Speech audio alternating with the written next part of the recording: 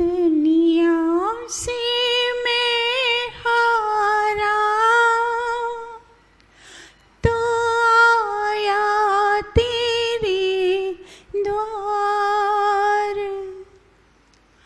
दुनिया से मैं हारा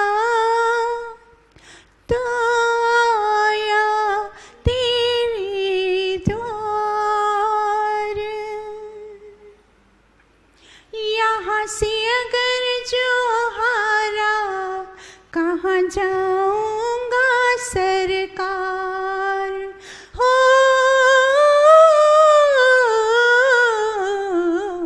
दुनिया से मैं हारा तो आया तेरे द्वार।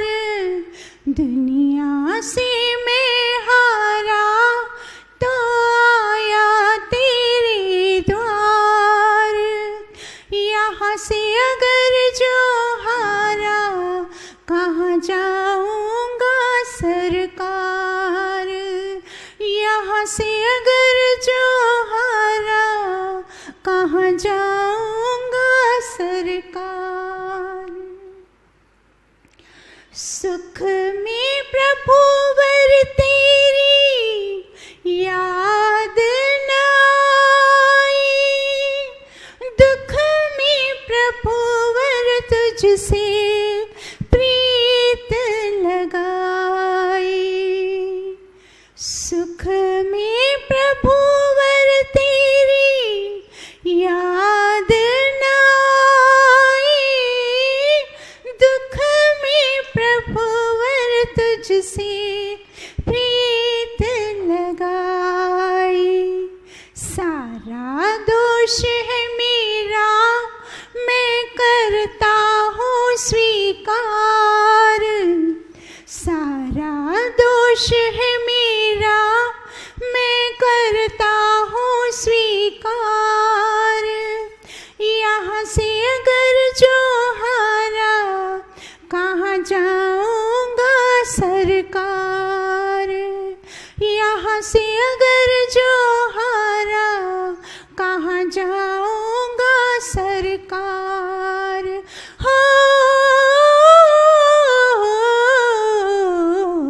दुनिया से मैं हारा तो आया तेरे द्वार।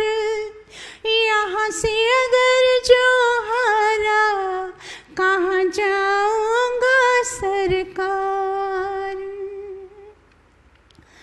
मेरा तो क्या है मैं तो पहले से हारा।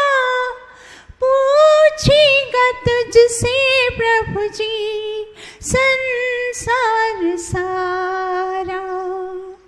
मेरा तो क्या है मैं तो पहले से हारा। पूछेगा तुझसे प्रभु जी संसार सारा। डूब गई क्यों मेरी नैया तेरे रहते खेवनहार। डूब गई क्यों मेरी नैया तेरे रहते खेवनहार। यहाँ से अगर जो हारा कहाँ जाऊँगा सरकार। हो दुनिया से मैं हारा तो आया तेरे द्वार। यहाँ से अगर जो हारा कहाँ जाऊँगा सरकार। सब कुछ गवाया बस लाज बची है। तुझसे प्रभु जी मेरी आस बंधी है। सब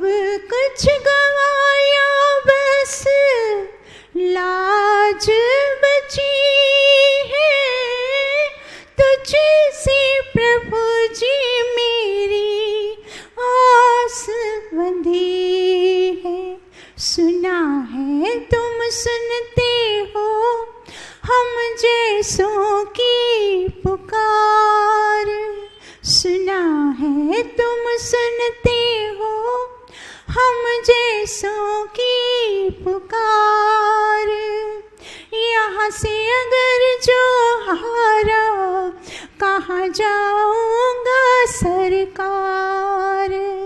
यहाँ से अगर जो हारा कहाँ जाऊंगा सरकार। हो दुनिया से मैं हारा तो आया तेरे द्वार। यहाँ से अगर जो हारा कहाँ जाऊंगा सरकार।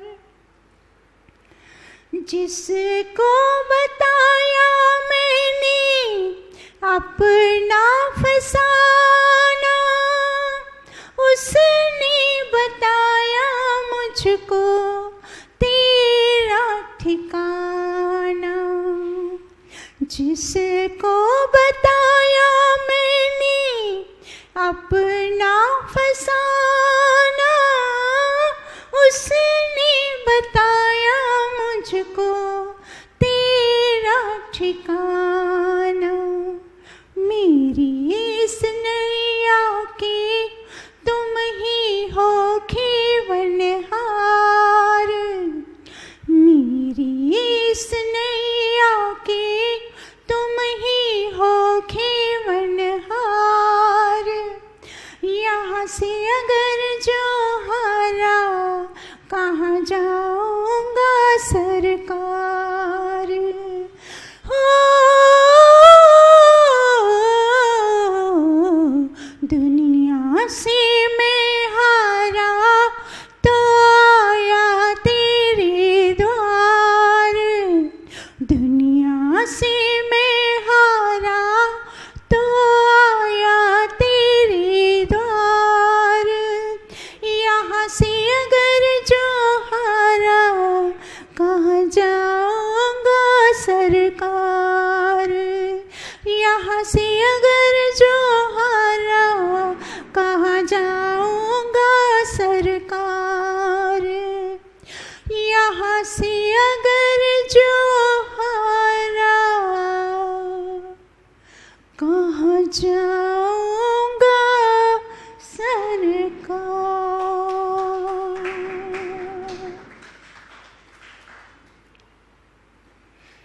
बहुत ही सुंदर भजन, इसके भाव कितने अच्छे हैं। तो यहाँ क्या बताया जा रहा है कि दुनिया से मैं हारा तो आया तेरे द्वार। अब अधिकांश लोग पता है क्या करते हैं, दुनिया भर की मार खा खा के, ठोकरें खा खा कर, थक के हार के पूरी तरह से पूर्ण टूट कर, फिर उनको अंत में ईश्वर की याद आती है। तब सोचते हैं अब तो कोई चारा नहीं, तब जाके वो ईश्वर के पास आते हैं, ईश्वर के समक्ष आते हैं, ईश्वर की शरण लेते हैं।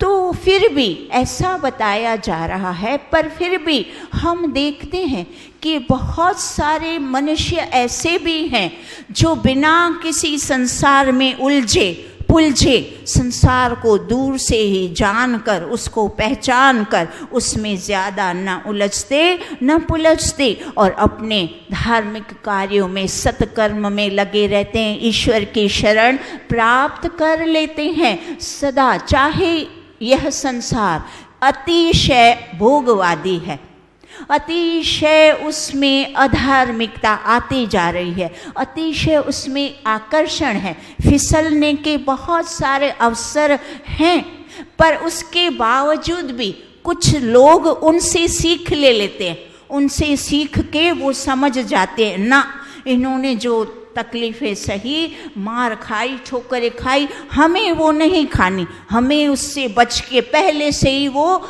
जागृत हो जाते हैं। जो जागृत मनुष्य है वो बिना मार खाए, वो सीधा सीधा ही पहले से ईश्वर का आध्यात्मिक मार्ग, सत्संग का मार्ग, वेदों का मार्ग, शुभ मार्ग, सत्कर्मों का मार्ग, ये मार्ग को अपना लेते हैं और इन दुनिया की मार खाने से बच जाते हैं। जैसे विद्यार्थी, अच्छा विद्यार्थी होता है, जो अच्छा स्टूडेंट होता है, वो टीचर के बिना मार खाए, बिना डांट खाए, कुछ भी अपने आप उसको पता होता है मुझे प्रथम श्रेणी में आना है, मुझे द्वितीय श्रेणी में, मुझे कम से कम तृतीय श्रेणी में तो 3rd नंबर तो मुझे लाना ही लाना है, ऐसा सोच के और फिर वो अपना लक्ष्य बना लेते हैं और बिना किसी मार खाए जो शिक्षक पढ़ाता है अच्छे से पढ़ते हैं और उसमें उत्तीर्ण हो जाते हैं और अपना कार्य को आगे सफलता, उनको फिर जितनी जितनी मनुष्य पुरुषार्थ करता है उतना उतना उसको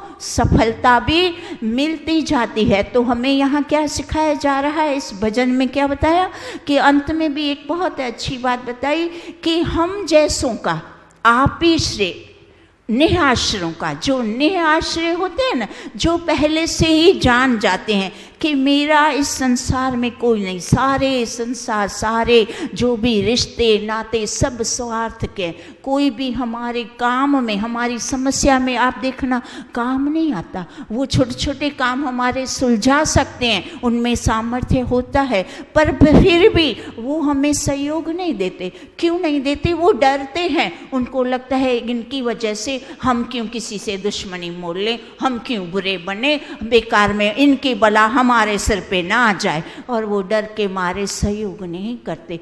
तो इसीलिए फिर क्या, जो निराश्रय बेचारे जो पहले से ही संसार को समझ के बैठे हैं कि हाँ यहाँ तो मुझे किसी से उम्मीद नहीं, पहले से ना उम्मीद, संसार से कोई उम्मीद न रख के हमेशा पहले से ईश्वर से उम्मीद रखना, तो वो मनुष्य कभी भी दुखी नहीं होता, हमेशा सुख को प्राप्त करता है, उसका बाल भी बांक नहीं होता। तो उसका एक सुंदर सा दृष्टांत हम सुनते हैं। तो एक राजा था, वो बहुत दिनों से पुत्र आएगा, पुत्र की आशा में बैठा था, पर उसको पुत्र नहीं हुआ। कितने सारे हवन यज्ञ दान पुण्य आदि आदि सब कुछ, पूजा पाठ सब कुछ कराया, पर उसको पुत्र नहीं हुआ। तो तब वो जब सारे पूजा पाठ हवन यज्ञों से थक हार के जब वो निराश हो चुका था, तब उसके जो सहयोगी थे उन्होंने कहा कि ऐसा करते हैं, ये जो तांत्रिक होते हैं ना, उससे अभी हम सहयोग लेंगे, उससे कुछ अच्छा हो सकता है। तो फिर तांत्रिकों से सहयोग लिया गया। तो तांत्रिकों ने क्या सलाह दी कि जब किसी बच्चे की बलि दी जाएगी तब राजा को पुत्र होगा। अब राजा ने मन मार कर सोच लिया, चलो ये भी करके देख लेते हैं, और उसने पूरे राज्य में वो ढिंडोरा पिटवाया कि जो अपना पुत्र बालक मुझे देगा मैं उसको ढेर सारा धन दूंगा। अब उस राज्य में बहुत सारे गरीब होते हैं, एक ऐसा गरीब परिवार था जिसमें बच्चे भी अधिक थे, और उसमें एक बच्चा ऐसा था बालक जो संतों का संग करता था, सत्संग सुनता था, अधिकांश समय उसको उसी में रुचि थी, उसी में ही वो रचा पचा रहता था, उसमें समय लगाता था। तो घर परिवार के लोगों ने सोचा वैसे भी ये लड़का हमारे किसी काम का है नहीं, कुछ काम धंधा तो करता नहीं है, और बस सारा दिन ये संतों के पीछे लगा रहता है, और गरीबी भी बहुत है, तो ऐसा करते हैं दूसरे भी बहुत हैं बालक, तो इसको राजा को दे देंगे तो राजा ढेर सारा धन देगा। तो ऐसा सोचे उन लोगों ने राजा को वो बालक दे दिया। अब बालक आ गया, तांत्रिकों ने सारा कुछ जो भी उसकी विधि थी वो विधि कर दी बलि की, और राजा को भी बुला दिया गया।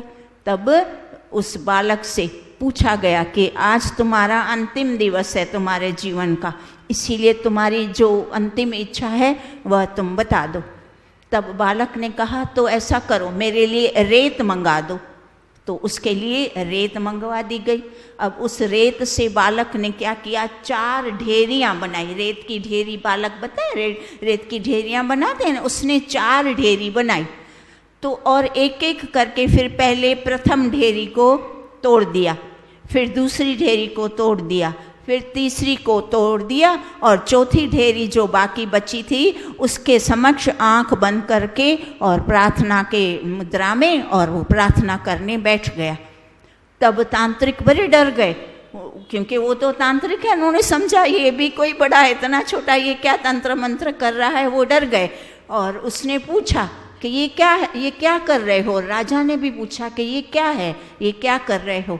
तब बालक ने उत्तर दिया कि यह जो प्रथम ढेरी थी वह मेरे माता पिता की थी, मैंने माता पिता के नाम से वो ढेरी बनाई। तो माता पिता का कर्तव्य होता है अपने बालकों की, अपने संतान की रक्षा करना, पर उन्होंने धन के लालच में उन्होंने मुझे बेच दिया, इसीलिए मैंने वो ढेरी तोड़ दी। दूसरी ढेरी थी सगे संबंधियों की। तो सगे संबंधियों का जो जितने भी परिचित सगे संबंधी रिश्तेदार मित्रगण होते हैं, उनका कर्तव्य होता है कि सही सलाह देना, पर उन लोगों ने भी इनको कोई सही सलाह नहीं दी, कुछ भी नहीं समझाया कि ये तुम गलत कर रहे हो। तो फिर मैंने उनकी सगे संबंधियों की भी दूसरी ढेरी मैंने तोड़ दी।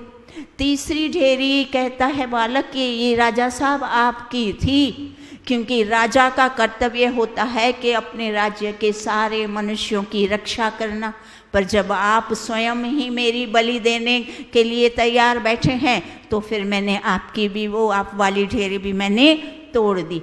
अब ये जो चौथी ढेरी है यह ईश्वर की है, उस परमात्मा की है जो सबकी रक्षा करता है। मुझे उस पर पूर्ण भरोसा है। मैंने संतों के सत्संग में जाकर मैंने यही सुना है, आज तक मैंने वो ही सुना है, समझा है, मुझे ईश्वर पर पूर्ण विश्वास है, इसीलिए मैं अब उसके भरोसे पर बैठा हूँ।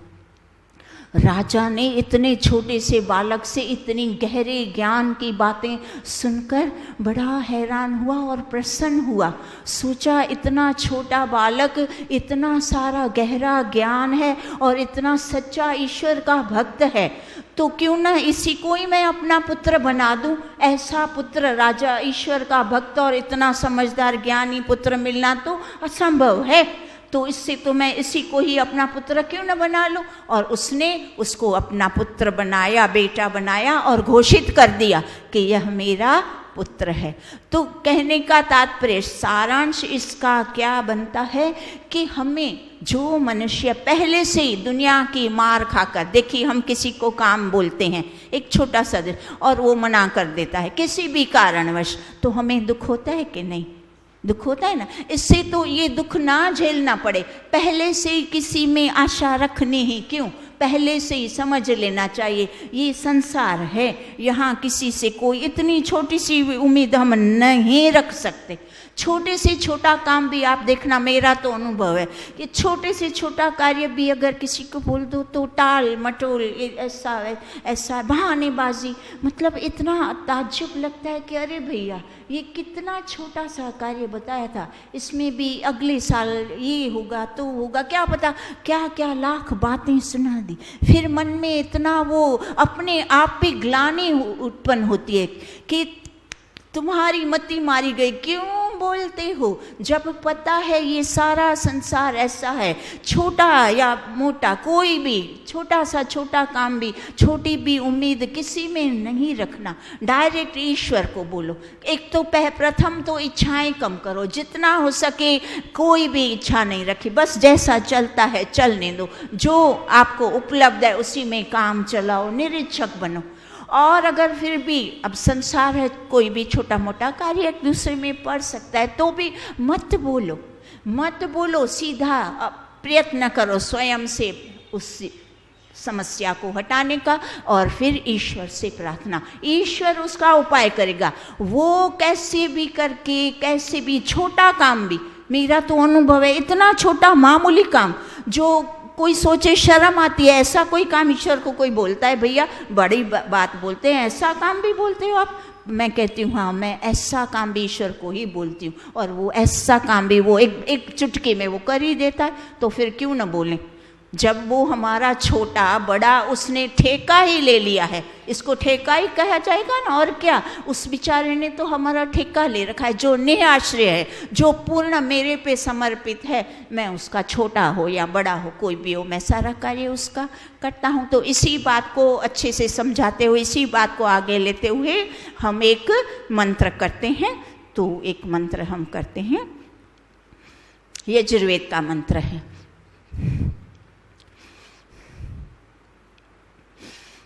ओम यतो यतः समीहसे ततो नो अभयं कुरु शन्नः कुरु प्रजाभ्यो अभयं नः पशुभ्यः। तो अब ये यजुर्वेद का मंत्र है, वो संख्या मैं भूल गई हूँ। तो यजुर्वेद का मंत्र, इसका शाब्दिक अर्थ एकदम सरल, क्या बता दिया? यतो यतः अर्थात जहाँ जहाँ से, जिस जिस स्थान पर, जिस जिस देश में, यतो यत समीह से अर्थात आप चेष्टा करते हैं जगत की रचने की, रचना करने की और उसको पालन करने की। जहाँ जहाँ आप चेष्टा करते हैं अर्थात जहाँ जहाँ आप रचना करने के और धारण करने के अर्थ जो आप चेष्टा करते हैं, ततो नः यतो यतः समीह से ततो नः अभयम कुरु। ततो अर्थात ततः अर्थात वहाँ वहाँ, नः अर्थात हमें, अभय अभयम अर्थात भय रहित, कुरु अर्थात कीजिए। जहाँ जहाँ आप ये संसार की रचना करते जाते हैं, जहाँ जहाँ आप करते हैं, वहाँ वहाँ से मुझे अभय दान, मुझे भय रहित कीजिए, मुझे भय से मुक्त कर दीजिए। अभी इसका अर्थ क्या बनता है कि देखो, हम जहाँ भी इस संसार में चलते हैं, जाते हैं, घर में या कहीं पे भी, तो हमें आजकल क्या समय हो गया है कि भय, मनुष्य को एक दूसरे के से भय भरा रहता है कि क्या पता कौन आके कब मुझे हानि पहुँचाए। अपना हो या पराया हो या परिचित है या अपरिचित है, सब एक दूसरे को हानि पहुंचाने में तत्पर, बड़े माहिर हो गए हैं। एक दूसरे को हानि पहुंचाना जैसे सबका एक मुख्य काम हो गया है। तो इसीलिए प्रार्थना की गई है ईश्वर से कि आप जहाँ जहाँ भी जगत की रचना करते हो, मुझे अभय बना दो। मुझे बड़ा भय लगता है कि ये लोग मेरी हानि कर देते हैं। कहीं अनेक प्रकार की, धन की हानि होती है, मान हानि होती है, बहुत सारी शारीरिक हानि होती है। तो इस तरह से मुझे हानि ना पहुंचाए कोई भी, आप मेरी रक्षा करो, आप मुझे भय रहित करो। इस तरह से बात बताई। और देशों की भी बात, देश का भी इसमें भाव अर्थ में देश का भी उल्लेख किया गया। आज देश, एक देश दूसरे देशों का कैसा कितना भय लगता है ना, आस पड़ोस के भय हमेशा देश ये आके युद्ध करेंगी। तो युद्ध में क्या होता है, पूरे देश को, प्रत्येक व्यक्ति को हानि उठानी पड़ती है। तो एक दूसरे को सब भय रहित हो जाए, हमसे किसी को भय ना हो और हमें किसी से भय ना हो, ऐसा प्रभु आप अपनी कृपा से ऐसा संसार रचिए। ऐसी यहाँ बात कही जा रही है। और दूसरी पंक्ति में क्या बताया जा रहा है? शन्नः कुरु, शन्नः कुरु प्रजाभ्यो। शम अर्थात सुख, नह अर्थात हमारे लिए, कुरु अर्थात कीजिए, प्रजाभ्यो अर्थात जितनी भी प्रजाएं हैं आपकी, जितने भी मनुष्य हैं, वो सारे के सारे मनुष्य हमारे लिए सुख कारक हो, हमें सुख दे, हमें कोई भी दुख न पहुंचाए, हमें सारे के सारे मनुष्य सुख पहुंचाए, सहयोग दें, और हम भी दूसरे लोगों को सुख दें, सहयोग दें। देखो अरस परस होता है ना, हम लोगों को सुख देते हैं, सहयोग देते हैं, तो लोगों का से भी हमें सहयोग और सुख की आशा बनी रहती है। तो इस तरह से अरस परस ये जो सारा संसार का कार्य चलता है वो अरस परस चलता है। तो इसीलिए क्या बता दिया गया कि हमारे धर्म, अर्थ, काम और मोक्ष, इन चारों की प्राप्ति के लिए हमें किसी से सहयोग लेना भी पड़ता है और किसी को सहयोग देना भी पड़ता है। तो दोनों को हम एक दूसरे को अच्छे से सहयोग दें, ऐसी सबको आप सद्बुद्धि दीजिए। तो शन्नः कुरु प्रजाभ्यो अभयम नः पशुभ्यः। अभयम नः, अभयम अर्थात भय रहित, नः अर्थात हमें, हमारे पशुओं को और हमें, अभयम नः पशुभ्यः, जो जितने भी पशु भी हैं, मनुष्य भी हैं और जितने भी पशु हैं, उन पशुओं से भी हमें भय रहित कीजिए। क्योंकि बहुत सारे पशु भी मानव को कई बार हानि पहुंचाते, वो तो बेचारे पशु हैं तो उनको समझ नहीं होते, वो हानि पहुंचा देते हैं। पर यहाँ तो जो पशु को बताया है ना कि पशु से हमें भय रहित कीजिए और पशुओं को भी हमसे भय रहित कीजिए। तो आज क्या देखा जा रहा है, मनुष्य तो इतना बुद्धिमान है, वो अपने आप को पशुओं से भय रहित कर सकता है, पशुओं से अपनी रक्षा वो कर लेता है कि नहीं? आज हम सब पशुओं से सुरक्षित हैं कि नहीं? क्या हमें कोई पशु हानि पहुंचा रहा है? नहीं पहुंचा रहा है ना, हम बच गए हैं ना। पर आज पशु हमसे कितना भयभीत है, आप बताएं। एक भी पशु आज, एक किसी कोई पशु का नाम बता दें जिसको मानव से भय ना हो। सारे के सारे पशु बेचारे मानव से भयभीत हैं। सारे पशुओं को मानव काट के मार के या तो खाए जा रहा है या तो और किसी अपने उपयोग की खातिर क्या पता क्या क्या विविध प्रकार के आज जो सुनते हैं तो अपना दिमाग काम नहीं करता। ऐसे ऐसे सारे पशुओं का उपयोग करते हैं अपने धन कमाने के लिए, अपने स्वार्थ के लिए पशुओं को मारते हैं। तो पशु तो हम तो भय रहित हो चुके पशुओं से, पर अब पशुओं को भय रहित करना है हमसे। ये मंत्र हमें ये भी शिक्षा दे रहा है कि हाँ भैया, तू तो सुरक्षित हो गया पशुओं से, अब तूने तो अपनी रक्षा कर ली, तू तो बुद्धिमान है, मैंने तुझे बुद्धि दे दी। अब वो बेचारे मूक प्राणी, वो कैसे तुमसे भयभीत है? कितने भयभीत हैं, इनको भी तो तू भय रहित कर, इनको भी तो इन पे दया कर, करुणा कर, इनको रक्षा कर, इनका खान पान आदि दाना पानी और उनका भोजन की व्यवस्था कर कि उसको काट के मार के मात्र मेरा स्वार्थ, मात्र इसको धन चाहिए। पशुओं से भी धन चाहिए, जिंदा पशुओं को काट के भी उससे अनेक प्रकार के धन प्राप्त करते हैं। ये बड़े बड़े लोग, जितने बड़े लोग, जितने अधिक बुद्धिमान, जितने वो उतना अधिक ज़्यादा ये अशुभ कर्म करने में इतने माहिर होते हैं कि हम कभी सोच भी नहीं सकते। अच्छा, ऐसा भी हो सकता था? हम सोच के हमारा हृदय कांप जाता है कि इस धन की खातिर तुम ऐसे निरीह प्राणियों को मारते हो। या फिर मामूली लोग तो ये जुबान के स्वाद के लिए क्या पता कैसे गंदा मांस, डेड बॉडी खाने में क्या पता क्या कैसे किसी को स्वाद आता है, मुझे तो समझ नहीं आता। इसमें स्वाद कहाँ, घिन, ऐसा होना चाहिए। तो फिर ऐसा होने की वजह स्वाद से मज़े से लेके चटखारे लेके कैसे मनुष्य खा सकता है? मुझे तो बड़ा ताज्जुब लगता है। ये अद्भुत बात है कि मनुष्य किसी को काट के फिर मज़े से उसको अग्नि पे चढ़ा के बनाए, मसाले डाल के खाए। ये कितनी असंभव बात है। जैसे मनुष्य के लिए ये असंभव होना चाहिए, सोचना भी उसको मना होना चाहिए, पर वो कर रहा है। आज कितने ब्राह्मण देखो, कोई भी देखो, सब मज़े से सब घर में खाते हैं, बाहर खाते हैं, इधर उधर, हाँ मज़े से सारे पशुओं को, कोई एक पशु नहीं बचा जिसको हम काट के हमें नहीं खाना। तो इस तरह से अभय देना, इतनी सुंदर बात बता रहे हैं कि आप अभय दान दीजिए और अपनी इच्छाओं को, स्वादों को देखिए। सुख प्राप्त, यहाँ अंत में क्या बताया, दूसरी लाइन में क्या बताया, शन्नः कुरु प्रजाभ्यो। शन्नः अर्थात हमारे लिए सुख प्राप्त हो, हमें सुख प्राप्त हो, ऐसा सबके लिए हमें पशुओं से और आपकी प्रजा से हमें भय रहित कीजिए। तो सुख प्राप्ति के लिए, तो सुख प्राप्त मनुष्य को पता है कब होता है? जब मनुष्य अपनी इच्छाएं कम करता है। सर्वप्रथम सारे मनुष्यों का, चाहे अमीर है चाहे गरीब है, अगर उसको सुख चाहिए तो वो अपनी इच्छाओं को कम कर दो। सबसे सरल उपाय, इच्छाओं को कम कर दो। और इच्छाओं को कम करने से पता है क्या होता है? एक दूसरे का सहयोग भी लेने की बात बताई मंत्र में कि एक दूसरे को सहयोग दो और एक दूसरे का सहयोग लो।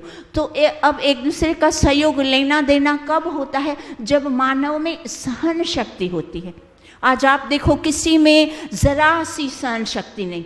किसी ने 2 शब्द बोल दिए तो 10 शब्द बोलने के लिए, जैसे वो राह देख के बैठा होता है, ये बोले और मैं इसको सुनाऊं, तो 2 शब्द बोले और 10 सुनाऊं, ईंट का जवाब पत्थर से देना, ऐसा सलूक, सहन शक्ति जरा भी नहीं। तो सहन शक्ति को बनाए रखने के लिए पता है क्या उपाय है? सहन शक्ति हमारी बनी रहे, हम सहनशील बने, उसका उपाय है क्रोध न करना। तो क्रोध नहीं करना चाहिए, क्रोध पर नियंत्रण करना। हमें कितना, यहाँ तो संत मुंडक उपनिषद में ऋषि इसका उपाय बताते हैं कि अगर आपको सुखी रहना है, हमेशा सुखी रहना है, तो सहनशील बने और क्रोध पर नियंत्रण कीजिए। कितने भी सामने से गालियों की, गुस्सों की, जितनी भी क्रोध की बौछार क्यों ना होती हो, पर ऐसे समय भी हमें क्या करना है? मौन रहना है। तो वहाँ से एक गाली आई, दो गाली आई, उत्तर नहीं आया तो वो गाली 1 और 2 में ही रुक जाएगी। और अगर उत्तर आता रहा तो गालियों का ढेर हो जाएगा कि नहीं, यहाँ से और वहाँ से दोनों जगह से अंबार हो जाएगा। तो इसको ख़त्म तो करना पड़ेगा ना। इसके ख़त्म करने का सरल उपाय, वहाँ से एक गाली आई, चुप, मौन, तो बस वहाँ सिलसिला ख़त्म हो जाएगा और बात फिर सहयोग की, और फिर एक दूसरे, उसको भी फिर थोड़ा सा पछतावा हो जाएगा कि अरे मैंने गलत किया, मुझे नहीं बोलना चाहिए था, उसको भी एहसास हो जाएगा। पर अगर एक के बदले 2-4 सुना दी तो उसको पछतावा तो होगा ही नहीं। कैसे होगा? वो बोला अच्छा किया, बराबर किया, देखो एक सुनाया तो 10 सुना दी, है ना। तो इस तरह से, इसीलिए ऋषि हमें इन छोटी छोटी बातों, ये जो काम, क्रोध और ये जो इच्छाएं, ऐषणाएं हैं, क्रोध है, लोभ है, मोह है, ये ऐसे देखने में तो छोटी बातें, पर ये बहुत बड़े भारी शत्रु हैं। तो इन शत्रुओं से हम अपनी रक्षा कैसे करें? देखो आज रक्षा की बात हो रही है, तो हमें हमारे अज्ञान से भी हमें दुख आता है, हमें हमारे अज्ञान से भी भय होता है। तो हमारे अज्ञान से भी ईश्वर हमें भय रहित करे, हमें ज्ञानवान बनाए। और ऋषि हमें उसके इतने सुंदर, मुंडक उपनिषद में इतना अच्छा ऋषि ने बताया कि मौन रहें, इच्छाओं को कम करें, और इच्छाएं हैं एक दूसरे का सहयोग ले तो एक दूसरे को सहन करना भी सीखे। कभी कोई बात नहीं, कुछ किसी ने कह दिया, चला लो, कोई बात नहीं, अपना ही तो भाई है, अपना ही तो बच्चा है, अपनी ही तो बहन है, बोला तो क्या हो गया, कोई बात नहीं। उस समय चुप रहो तो बात अच्छे से सुदृढ़ ढंग से चलती रहेगी, वरना तो फिर इसका सिलसिला लंबा होता जाएगा। तो क्रोध पे नियंत्रण रखना है, सहन शक्ति रखनी है, इच्छाओं को नष्ट करना है। जितने इच्छाओं को मनुष्य नष्ट करता है। और अंत में एक इतनी सुंदर बात बता दी कि जो मनुष्य हमेशा, विवेकी पुरुष कौन सा है? जो हमेशा व्यवहार में जो भी कार्य करता है ईश्वर को साक्षी रखकर करता है, ईश्वर को साक्षी रखकर सोचता है, ईश्वर को साक्षी रखकर बोलता है, ईश्वर को साक्षी रखकर सारा आचरण करता है। साक्षी रखकर अर्थात ईश्वर मेरे साथ है, वो मुझे देख रहा है, वो मुझे देख रहा है। इस तरह से जब व्यक्ति पूरा व्यवहार करता है तब फिर पता है वो सारे बुरे कामों से छूट जाता है। ईश्वर देख रहा है तो वो सारे काम शुभ, सोचता भी अच्छा है, बोलता भी अच्छा है, कर्म भी अच्छे करता है, तो फिर दुखों से छूट जाएगा ना, फिर वो दुखों से बच जाता है, हमेशा सुखी और सदा प्रसन्न रहता है। और ये जीवन की यात्रा उसकी सुखद, प्रसन्न हो जाती है और आगे की उसका मार्ग जो है यात्रा का वो आगे चलता है। वो जितना पुरुषार्थ उतना फल, उसने जितनी ये आध्यात्मिक मार्ग को, मोक्ष मार्ग को जितना तय किया उतना उतना फल उसको प्राप्त होता जा रहा है। और आगे का जो बाकी है वो आगे 1-2 जन्म लेके और फिर वो अपने मोक्ष मार्ग को, अपने मोक्ष, उसका जो लक्ष्य है उस लक्ष्य को मानव प्राप्त कर जाता है। तो इसीलिए हमें ये मंत्र और हमें ये ऋषि मुनि और ये जो छोटी छोटी हमें दृष्टांत भी सुनते हैं उससे हमें बहुत सारी सीख मिलती है। तो हम सीख लेकर और अपने जीवन यात्रा को सुखद बनाते जाएं। अगली बार हम एक और नया मंत्र करके और अपने ज्ञान की बढ़ोतरी करते हैं।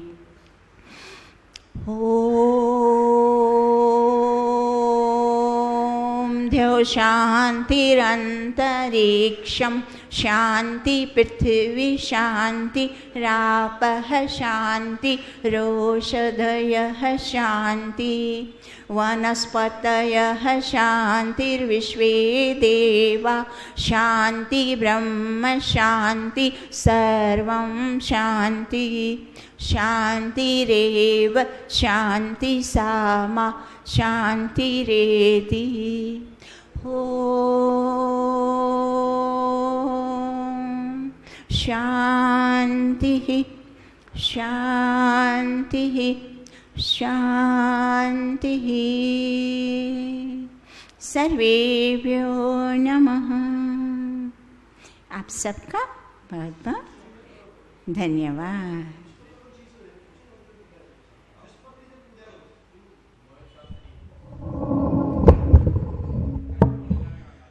प्यारे भाई और बहनों, दीदी जी ने आज अपने